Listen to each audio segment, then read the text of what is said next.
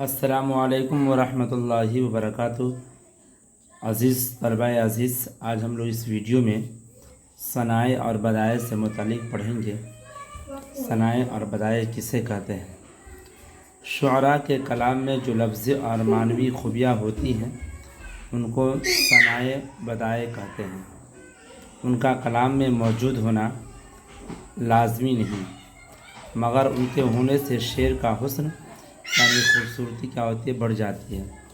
قدیم شعراء کوشش کر کے اپنے اشعار میں کوئی نہ کوئی صنعت لاتے تھے، یہ گویا ان کے کمال فکر کی دلیل تھی۔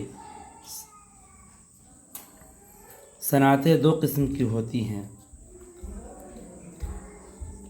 نمبر 1 ثنائے لفظی، نمبر 2 ثنائے معنوی۔ ثنائے لفظی جب کلام میں ایسی خوبیاں پیدا کی جاتی ہے جن کا تعلق صرف الفاظ سے ہوتا ہے، اس کو ثنائے لفظی کہتے ہیں۔ دوسرا ہے ثنائے معنوی، جب کلام میں معنوی حسن یعنی خوبصورتی پیدا کرتا ہے تو اسے ثنائے معنوی کہتے ہیں۔ اس کی بہت سی قسمیں ہیں۔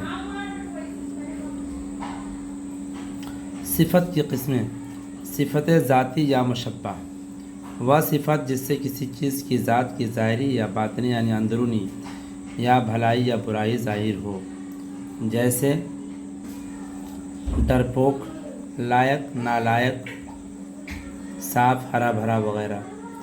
صفت نسبتی، وہ صفت ہے جس میں کسی چیز کا لگاؤ یا تعلق پایا جائے، جیسے بری، ہندی، امریکی، میرٹھی وغیرہ۔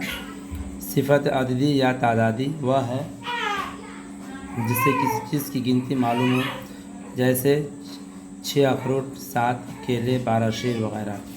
اور جس چیز کی گنتی بتائی جائے اسے معدود کہتے ہیں، جیسے اوپر کی عبارت میں اخروٹ، کیلے، شیر وغیرہ۔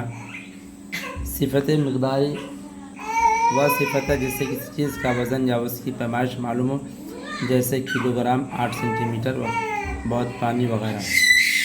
صفت اشاری، وہ صفت ہے جس سے اس موصوف کی طرف اشارہ کیا پایا جائے، جیسے یہ وہ وغیرہ۔